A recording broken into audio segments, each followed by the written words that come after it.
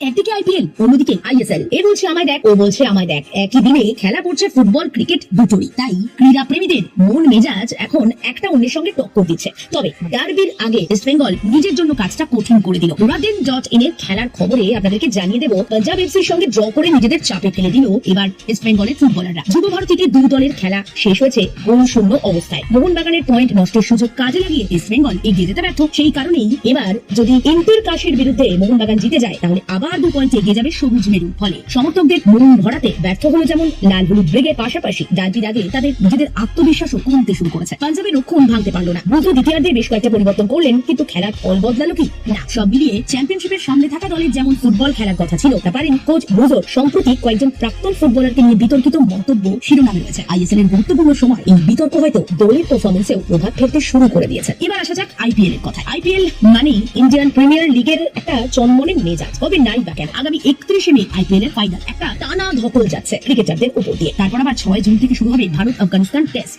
ভারতীয় দলের ক্রিকেটাররা পর্যাপ্ত বিশ্রাম পাচ্ছেন কি, ওর এবার চিন্তায় পড়েছে। টেস্ট দলের সম্ভাব্য সদস্যদের উপর আইপিএল এর অতিরিক্ত চাপ পড়ুক, এমনটা কিন্তু চাইছেন না বোর্ড কর্তারা। সেই কারণেই তারা সব দিক খতিয়ে দেখছেন। টেস্ট দলের নিয়মিত ব্যাটারদের কারোর কোনো সমস্যা নেই। যশস্বী জয়সওয়াল, লোকেশ রাহুল, শুভমন গিল, ঋষভ পন্থা আফগানিস্তানের বিরুদ্ধে টেস্ট দলে থাকবে। সম্ভাব্য ক্রিকেটারদের উপর আইপিএল এর প্রথম থেকেই নজর রাখা হচ্ছে। তবে আফগানিস্তানের বিরুদ্ধে টেস্টে বোলিং আক্রমণ নিয়ে পরীক্ষা করতে পারে অজিত আগারকার। বুমরাকে সম্ভবত রেস্ট দেওয়া হবে, কারণ তাকে ওয়ার্ল্ড টেস্ট চ্যাম্পিয়নশিপে প্রয়োজন। মোহাম্মদ সিরাজ, রশিদ কৃষ্ণাকে সম্ভবত শ্রীলঙ্কার বিরুদ্ধে সিরিজের আগে বিশ্রাম দেওয়া হবে। আফগানিস্তানের বিরুদ্ধে নতুনদের দেখে নিতে চাইছেন আগারকাররা, এমনটাই জানা যাচ্ছে। আইপিএল এ রান পেয়েছেন সাই সুদর্শন। টেস্টে 3 নম্বরে তাকে ফিরিয়ে আনার সম্ভাবনা রয়েছে। গৌতম গম্ভীরের আস্থা রয়েছে তার উপর, তবে তাকে লড়াইয়ে ফেলতে পারেন দেবদত্ত পারিক্কাল। ঘরোয়া ক্রিকেটে ধারাবাহিকভাবে ভালো রান করছেন তিনি। শেষমেশ কি সিদ্ধান্ত নেয় বোর্ড, শেষমেশ আফগানিস্তানের বিরুদ্ধে কাদের ভারতীয় জার্সিতে দেখা যায়, এখন সেটাই দেখার। তবে আপাতত মে মাসের শেষ পর্যন্ত লক্ষ্য শুধুই আইপিএল। খেলার আরো খবর আসতে থাকবে প্রত্যেকটা পর্বে। দেখতে থাকুন Raden.in।